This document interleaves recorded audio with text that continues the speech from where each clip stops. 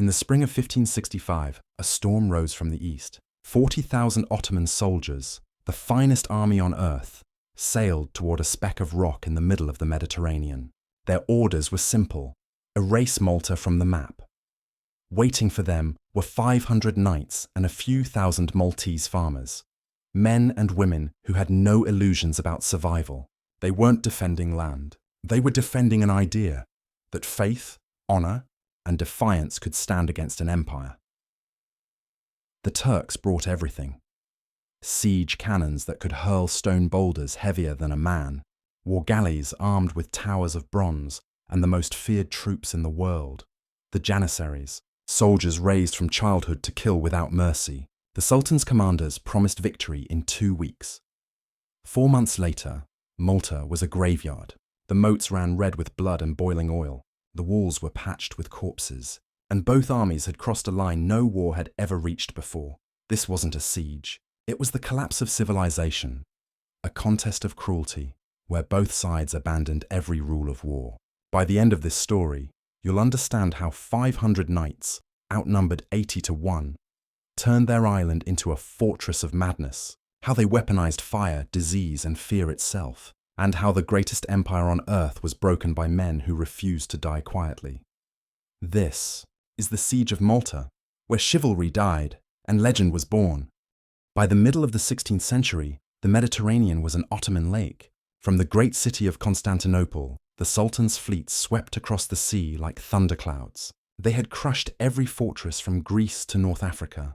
Their cannons had broken the walls of Rhodes. Their banners flew over Tripoli, and every Christian port trembled when Ottoman sails appeared on the horizon. But one rock remained, a small sunburned island halfway between Sicily and North Africa, Malta. It was barely 20 miles long, covered in limestone cliffs and dry brush. Yet, in the eyes of the Sultan, it was a thorn, a fortress held by the Knights of St. John, a holy order of warrior monks who had once ruled from Rhodes. When the Ottomans expelled them, they swore revenge. From Malta, these knights harassed Ottoman shipping, rescued Christian slaves, and burned supply lines across the sea. To the Sultan, it was piracy. To the knights, it was holy war. The man who commanded them was Jean Parisot de Valette, 70 years old and carved from the same stone as his island. He had spent his entire life fighting the Turks, from his youth as a galley slave in their prisons to his rise as Grand Master of the Order. He knew the Sultan would come one day. He just didn't know when. In early May 1565, Valette's spies brought the answer. A fleet was coming. Not a raid, not a punishment, but an invasion. Over 180 ships, carrying 40,000 men, and commanded by Mustafa Pasha, one of the empire's greatest generals. Alongside him came the legendary Dragut Reis, the most feared corsair of the Mediterranean. The knights had only about 6,000 defenders, a handful of Spanish and Italian volunteers, Maltese militia, and the 500 knights themselves. Many were old, most were sick, none intended to surrender. When the Ottoman armada appeared on the horizon, the people of Malta gathered on the cliffs. Witnesses said the sea seemed to darken. So many ships, their sails stretching from horizon to horizon. Church bells rang, prayers filled the air, and Valette ordered the signal fires lit. Malta would not flee. Malta would fight. The Turks landed in 2 great waves, spreading across the island like locusts. Their first objective was clear: the capture of Fort St. Elmo, a small star-shaped fortress guarding the entrance to the Grand Harbour. If they could take St. Elmo, they could bring their fleet inside and besiege the capital. The knights knew this, and Valette knew what he was asking when he ordered 100 men to hold St. Elmo until the last stone. He promised them no relief, no retreat, only honour. For weeks, the Ottomans rained death on the little fortress. Their cannons fired day and night, reducing the walls to rubble. Gunpowder smoke hung so thick over the harbour that sunlight turned red. The garrison's numbers dropped daily, shattered by bombardment, crushed under debris, burned by firepots. But every morning, the Maltese flag rose again. The Turks expected the defenders to break. They didn't. When ladders were thrown down, the knights fought hand to hand with pikes and broken swords. When the Turks filled the moat, the Maltese filled it again, with corpses. Inside the fortress, the defenders patched the walls with grain sacks and sand, And when the stones ran out, they used the dead. A chronicler wrote, "The fort was no longer built of limestone, it was built of flesh." Still, the Ottomans pressed on. Mustafa Pasha ordered the largest bombardment the Mediterranean had ever seen. Day after day, cannonballs slammed into the fort like a heartbeat. Witnesses said the sea itself shook. From the city walls across the bay, Valette and his men could only watch. They could see the smoke, hear the thunder, but they could not help. He had made his decision. To save Malta, St. Elmo had to die. And yet, the fort held. For 31 days, fewer than 100 men stood against an army. By the third week, the fortress was nothing but a pile of stone. The defenders fought in the open, standing behind fragments of wall, firing muskets through clouds of dust. When ammunition ran out, they fought with daggers, rocks, even wooden crosses ripped from the chapel. The Ottomans were stunned. For every knight who fell, 10 of their own died trying to climb those shattered walls. The bodies filled the ditches until the attackers had to climb over their own dead to reach the living. And then, the miracle turned tragic. During one bombardment, a cannonball struck near the Ottoman command post. The great corsair Dragut Reis, the Sultan's most brilliant admiral, was mortally wounded. The Turks hid his death, but morale began to crack. The invincible fleet suddenly seemed cursed. The siege of St. Elmo had become a nightmare, and it was only the beginning. By mid-June, the fortress of St. Elmo was little more than a skeleton. The Ottomans had been pounding it for weeks with over 60,000 cannonballs. What had once been a proud, star-shaped bastion was now a bleeding wound of stone and dust. Every tower was shattered, every parapet flattened. The defenders no longer slept. They simply collapsed from exhaustion between attacks. Still, the Maltese flag flew. When the Janissaries launched another assault on June 23rd, they expected silence. Instead, they were met by men who refused to die lying down. The last defenders had gathered in the chapel, those too wounded to fight propped against walls, pistols in hand. As the Turks swarmed the breach, the knights charged one final time, screaming their battle cry, "For God and St. John!" By midday it was over. Not a single defender was left alive. The Turks raised their crescent banners over the ruins and sounded the victory drums. But their triumph had cost them nearly 8,000 men, an entire division. A fortress that should have fallen in 3 days had taken a month and bled the Sultan's army dry. Mustafa Pasha was furious. In his rage, he ordered the bodies of the dead knights to be decapitated and their corpses nailed to wooden crosses, which were then floated across the harbour toward the remaining Maltese strongholds. It was a message: surrender or be crucified. Grand Master Valette's reply was cold and merciless. He took the heads of captured Turkish prisoners and fired them back from his cannons. The siege had become personal. No quarter would be given. With St. Elmo destroyed, the Ottomans could finally bring their ships into the Grand Harbour. The next target was Birgu and Sanglea, the 2 fortified towns that held the heart of the knights' resistance. But the cost of every advance was growing heavier. Disease crept through the Ottoman camps. Water ran foul. The Maltese used fireships at night, sneaking across the harbour to set galleys ablaze. Every attack turned the island into a furnace. When the bombardment resumed in July, eyewitnesses said it was like the sky itself was falling. Over 7,000 cannonballs struck the walls in a single week. Stones shattered like glass.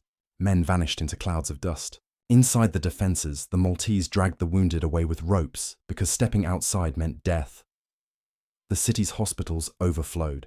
Priests moved from cot to cot, giving last rites by the light of burning oil lamps. Children carried buckets of water through the streets, while women reloaded muskets and poured boiling oil over the parapets. Malta had become a nation at war, and at the centre of it all stood Jean de Valette, sleepless, steel-eyed, always in the thick of battle. He refused to hide in his command post. Witnesses said he carried a sword in one hand and a crucifix in the other, walking the walls amid the cannon fire. One night, when a breach opened near the bastion, Valette personally led the counterattack, fighting shoulder to shoulder with his men until the gap was sealed with rubble and blood. The Ottomans couldn't believe what they were seeing. These weren't just soldiers, they were zealots. Men who fought as though every breath was a prayer. But even faith has its limits. By late July, the defenders were collapsing from exhaustion. Ammunition was nearly gone. Powder stores were wet. Every night, Ottoman sappers tunneled beneath the walls to plant mines. Great underground bombs meant to blow the bastions sky high. When one mine detonated beneath Sanglea, it killed hundreds instantly and opened a gap large enough for an army to pour through. The Janissaries charged. For a few minutes it looked like Malta would finally fall. Then the bells rang. The defenders surged forward, wounded, bleeding, half dead, and met the Turks in the breach. They fought hand to hand, using rocks, daggers, even broken shields. At one point, when the Maltese line began to break, Valette threw himself into the melee, rallying his men by sheer fury. The battle turned. The Janissaries were thrown back. From his command post, Mustafa Pasha watched his best troops retreat, bloodied and defeated, from a city that should have been ashes. He slammed his sword into the table and ordered his artillery doubled. If the knights wanted to die in their fortress, then he would bury them in it. The bombardment resumed the next morning. For 3 straight days, the Ottomans pounded the walls until the stones melted in the heat. But every time the dust cleared, the red cross of the knights still fluttered above the ruins. The Sultan's commanders had begun to whisper. Their ammunition was running low, their men were sick, and summer was burning the island alive. Yet the old man in the city still refused to fall. And for the first time, the thought began to creep into their minds. What if Malta will never die? By early August 1565, Malta had become a living nightmare. The air was thick with smoke, rot, and the stench of death. The moats around the walls were filled not with water, but with a stew of mud, ash, and human remains. For every knight who fell, 10 Turks had died trying to take his place. And still, the island held. Mustafa Pasha was running out of time. The summer heat was turning the Ottoman camp into a disease pit. Dysentery, typhus, and fever were spreading faster than bullets. Corpses were rotting in the trenches. Flies swarmed over the dead until even the living couldn't breathe without swallowing them. But Suleiman the Magnificent had demanded victory.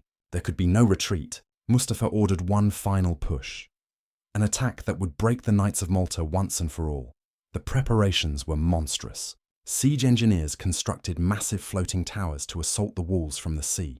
Dozens of scaling ladders were built for the land side. Huge bronze cannons, the basilisk and the scourge of Christians, were dragged into position to pulverize the remaining bastions. On August 7th, as dawn broke over the blood-red horizon, the Ottomans attacked from every direction at once. The sound was deafening. The air itself seemed to shatter. Thousands of Janissaries surged forward, screaming war cries. The first wave was cut down by cannon fire, the second by boiling oil and rocks hurled from above. Still, they climbed, scrambling over the bodies of their comrades, hacking through barricades, clawing their way toward the inner walls. The knights and Maltese civilians fought like demons. When the Turks breached the lower wall, Valette himself appeared at the front lines, pike in hand, his armour smeared with ash and blood. The sight of the 70-year-old Grand Master fighting among them reignited the defenders' will. He shouted, "There is no paradise for cowards," and the men of Malta roared back into the fight. The breach became a slaughterhouse. The Turks poured in faster than the defenders could kill them. The ground was so slick with blood that men slipped as they swung their swords. One knight was seen holding his intestines in with one hand while continuing to fight with the other. In the chaos, a cannonball tore through a Turkish officer's ranks, scattering limbs and armour. The defenders turned the debris into weapons. Shards of shattered armour were tied to spears. Broken swords became knives. The Maltese women hurled jars filled with boiling tar from the rooftops. Children carried powder to the cannons, running through fire and smoke. Every street, every wall became a battlefield. When the Janissaries finally reached the inner defences, Valette ordered the release of the galley slaves. These were criminals and captives. Men promised freedom if they fought. Over 500 desperate souls joined the fray, wielding makeshift weapons, hammers, oars, chains, anything that could kill. They descended on the invaders with the ferocity of animals. The Turkish assault faltered.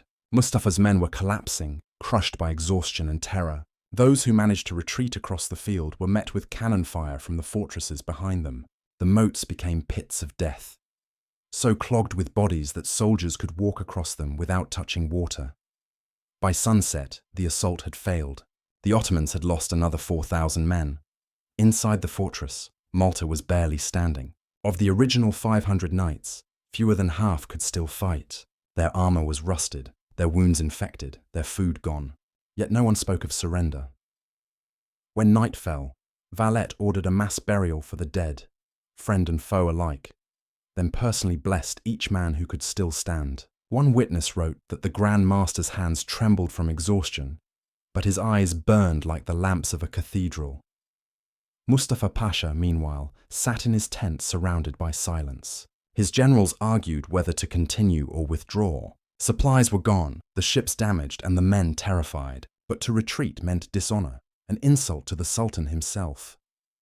So Mustafa made one final decision. If he could not take Malta by storm, he would bury it under the earth. For days, Ottoman engineers dug tunnels beneath the walls, planting massive barrels of gunpowder. The plan was to blow apart the bastions and flood the city with soldiers. But Valette's spies discovered the mines. One night, the knights launched a surprise sortie, breaking into the tunnels and fighting underground by torchlight. The scene was apocalyptic, shadows flickering on blood-soaked walls, steel flashing in the dark. The tunnels collapsed around them, crushing men alive. Those who survived crawled out, gasping into the light, faces blackened with soot, barely recognizable as human. The mines were destroyed. Mustafa's last hope had been buried. As August dragged on, the Ottoman army began to unravel. Their elite Janissaries were dead or dying, their supplies exhausted, their morale broken. The Maltese, too, were at their limit, starving, sleepless, delirious from heat and smoke. And then on the horizon came Salvation, a Spanish relief force. Small, only 600 men appeared off the coast. But when the Turks saw their banners, panic spread like fire. Rumors tore through the camp. When the first Ottoman sails vanished over the horizon, Malta fell silent for the first time in 4 months.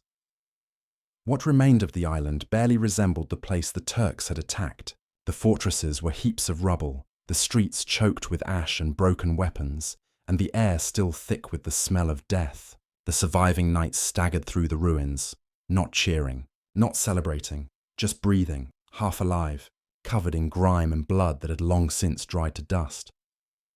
Of the 500 knights who'd stood at the start, fewer than 200 could still stand. The Maltese militia had been gutted, their families buried under the ruins of their homes. But they had done the impossible. They had stopped the greatest empire on earth. The Ottomans had lost 30,000 men, 3/4 of their invasion force, and countless ships, guns, and supplies. They left their dead unburied, too many to count, too rotten to move. For weeks after their retreat, the sea around Malta ran red as tides carried the bodies to shore. Suleiman the Magnificent was furious when word reached Constantinople. He had sent his most experienced generals, his best Janissaries, and enough firepower to level a kingdom. And yet they'd been humiliated by an island smaller than some of his gardens. The Sultan swore vengeance and ordered a second invasion, but before it could launch, he died. With him died any hope of avenging Malta. Valette and his knights began the grim work of clearing what was left.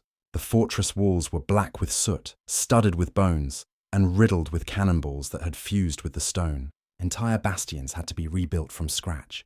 It took months to burn the bodies. They stacked them in pyres that glowed red at night, the smoke drifting over the sea like mourning veils.